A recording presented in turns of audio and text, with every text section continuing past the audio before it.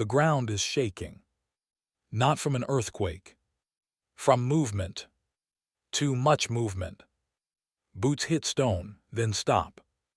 A scream begins, cuts off mid-breath. Metal clatters, something heavy falls. In the darkness, torches flicker wildly, throwing broken shadows against walls that have stood for centuries. Wind rushes through corridors where voices once echoed with orders, laughter, confidence. Now there are only fragments. A horn sounds too late. Another answers wrong rhythm, wrong signal. Someone is shouting, but the words don't carry. They drown under the roar of fire, under the thunder of collapse. Doors slam. Chains rattle. A bell rings once, twice, then never again. From the towers, figures lean out, squinting into smoke so thick it burns the eyes. They can hear it now, something moving where nothing should be. Too fast, too close. A runner trips. He doesn't get back up. Orders are screamed, then contradicted, then forgotten entirely. No one can see the full picture. No one knows where to run. Every direction feels wrong. Above it all, the sky glows an unnatural orange. Not dawn. Not yet. Somewhere deep inside the city, a final message is being prepared. Hands shaking, ink spilled, words rushed. It will never be delivered. Moments later, the sound changes. Not louder, quieter, as if the city itself is holding its breath.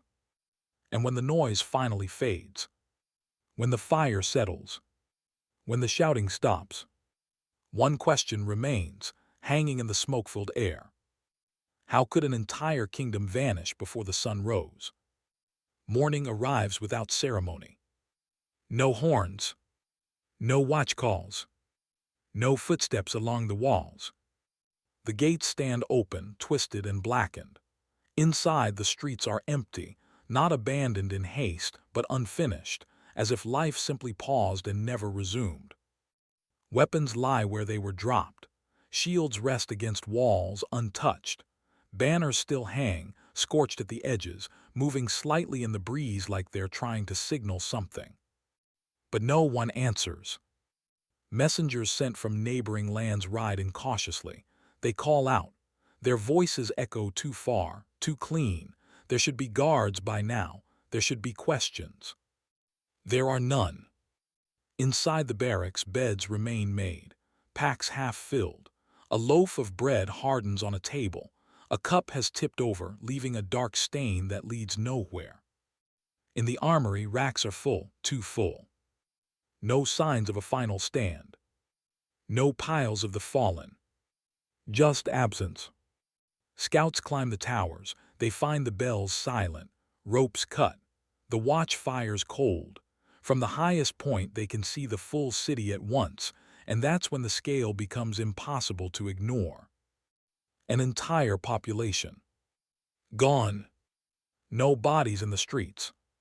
No organized retreat beyond the walls. No signal fires lit in warning. Only silence. Far outside the city, patrols discover something worse. Defensive positions left unmanned. Supply routes untouched. Horses wandering freely, saddles still strapped on. Radio, if there had been radio, would have been filled with unanswered calls. Flags raised with no one to read them. Runners dispatched to posts that no longer exist. Something didn't just defeat this kingdom. It interrupted it. Survivors are searched for. None are found, not in the fields, not in the forests, not among the rivers or roads. And as word spreads, fear follows. If a fortified kingdom, wealthy, disciplined, alert, could disappear in a single night, what chance does anyone else have? At the time, this kingdom sat at the center of everything that mattered. Trade routes passed through its gates. Armies measured their campaigns by its borders. Allies depended on its stability.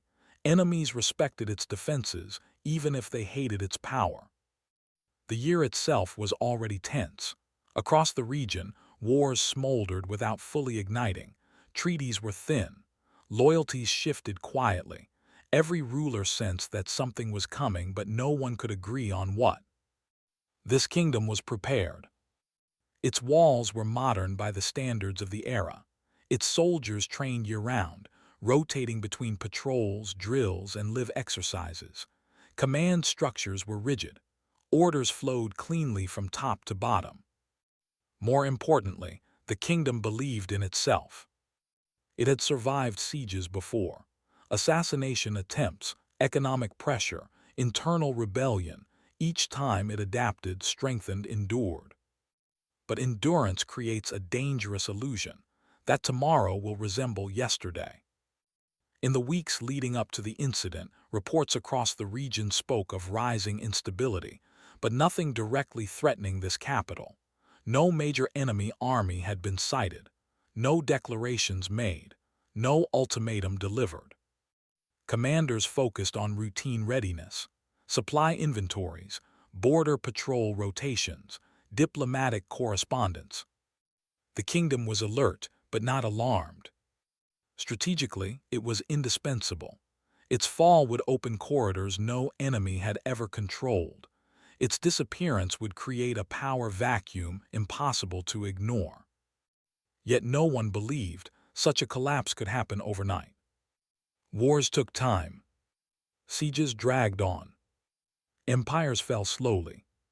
History had rules, and this knight was about to break them. He was not a hero, not yet. Just a soldier, one of thousands, trained to stand where he was told, to watch what he was assigned, and to trust that the system above him knew more than he ever could. His days followed a rhythm: morning drills, equipment checks, patrol assignments posted on a board that rarely changed. He knew his post well, the cracks in the stone, the sound the gate made when it closed too fast. Discipline mattered here. Mistakes were punished. Questions were discouraged. Still, at night, when the city settled, he allowed himself small thoughts of home, of a future beyond walls and armor, of peace that felt distant but not impossible. He trusted his commanders, trusted the men beside him, trusted that if danger came, there would be warning. There was always warning. That belief was shared across the unit. They joked quietly during watch changes, complained about rations, argued about rumors from the borders, normal things, human things. And yet there was tension beneath it. Everyone felt it. No one named it. Orders had become shorter, more precise, less explanation. Patrols doubled without reason given. Signals tested more frequently, then abruptly halted. The structure tightened. On the night of the incident, he took his position as ordered, armor secure, weapon checked, eyes scanning familiar ground. Nothing looked wrong, which, in hindsight, was the most frightening part. The first sign was the silence. Not complete silence, but missing sounds. A patrol that didn't report in. A signal lantern that failed to rise. A horn that should have echoed but didn't. Then came the interference. Messengers sent between posts returned confused, claiming routes felt wrong. Distances longer than remembered. Landmarks harder to see. Orders contradicted earlier commands. Then those orders were quietly withdrawn. No explanation followed. Officers gathered in closed rooms. Maps were unfolded, then folded again. Runners were dispatched without being told where they were going. The air grew heavy. Breathing felt deliberate. Some soldiers swore they saw movement beyond the outer defenses. Others heard footsteps where no patrols were scheduled. Reports were filed and dismissed. Nothing concrete. Nothing actionable. Which made it worse. The kingdom was trained to respond to threats, not to uncertainty. By the time night fully fell, every man felt it. Something was approaching, not marching, not charging. Arriving. It begins without announcement. No declaration. No warning shot. Just motion. Shadows shift where shadows shouldn't. Torches gutter as if starved of air. The ground vibrates not from impact but from passage. Commands are shouted, echoed, lost. Visibility collapses. Smoke pours through streets not yet burning.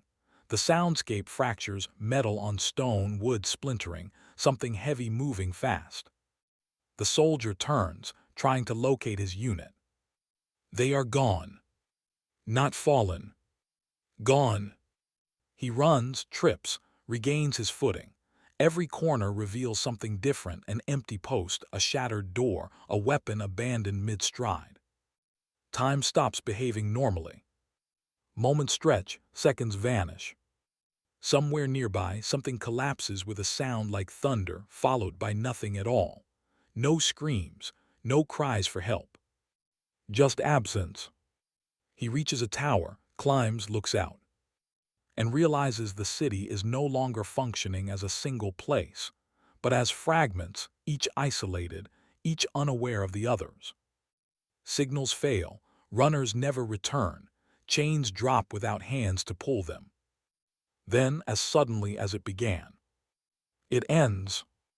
The noise drains away. The movement ceases, and the night swallows what remains. The investigation does not begin with certainty. It begins with hesitation.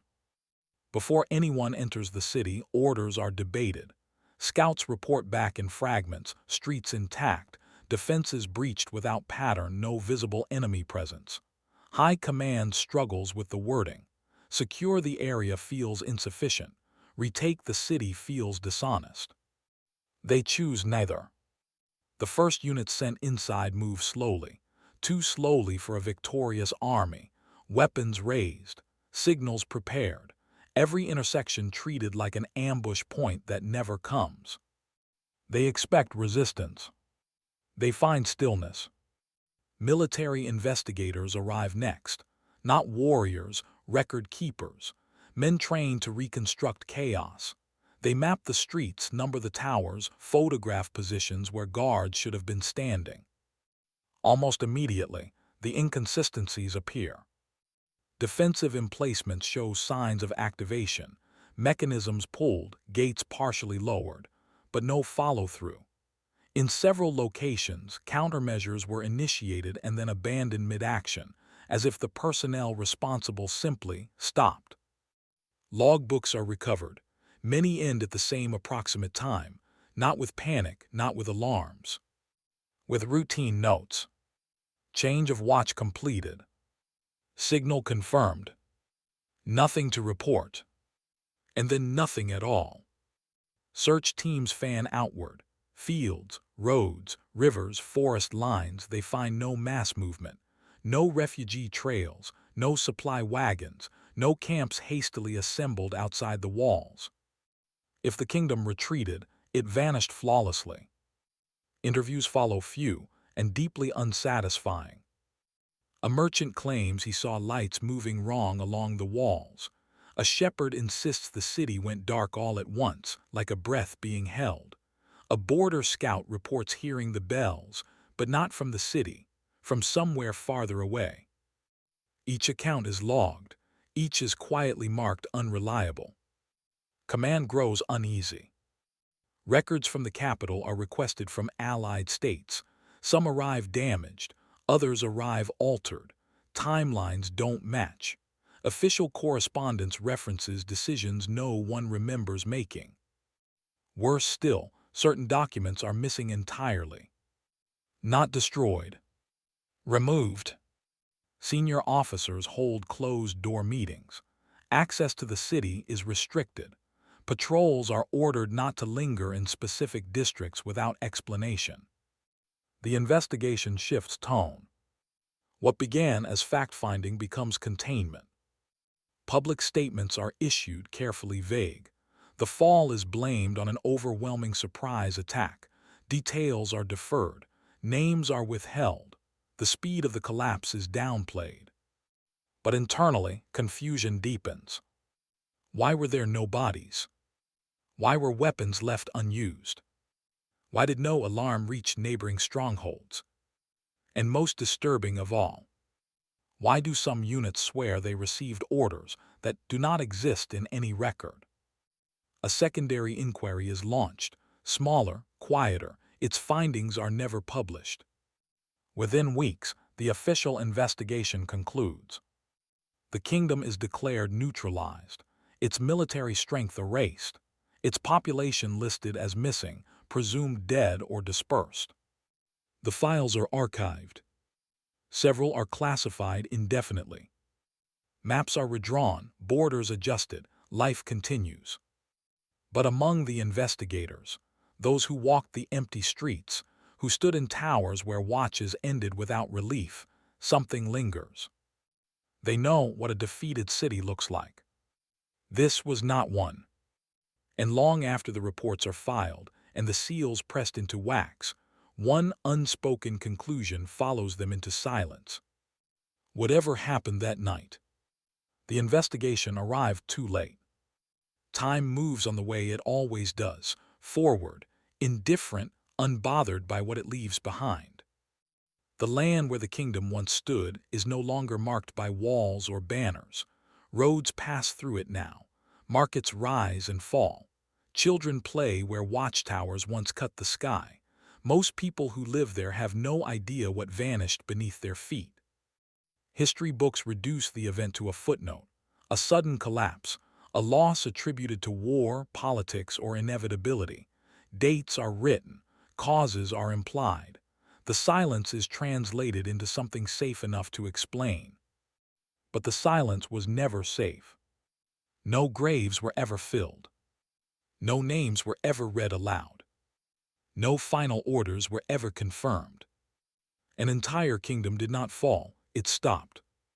The soldiers who stood watch that night were never recovered, not as prisoners, not as refugees, not as remains. Their absence became permanent, woven into the landscape as if they had never existed at all. Over time, the mystery faded from urgency to curiosity, and from curiosity to rumor. Scholars debated it. Commanders referenced it quietly in training. Parents warned their children not with details but with tone. Some places disappear faster than people realize. The investigation files remain sealed in archives few are allowed to enter. Pages yellow, ink fades. Questions remain unanswered, not because they were solved but because they were no longer pursued. And yet traces persist. Unexplained gaps in records. Unmatched timestamps. Orders issued without authors. Sometimes, in quiet moments, historians admit something uncomfortable. They cannot explain how a functioning kingdom, alert, armed, and prepared, could be erased between sunset and sunrise. No battle cry remembered. No enemy named. No victory claimed. Just absence. Which leaves us with one final thought, one that history still avoids answering directly. If a kingdom could vanish in a single night without warning, what does that mean for the rest of us? And how many other silences have we already mistaken for peace?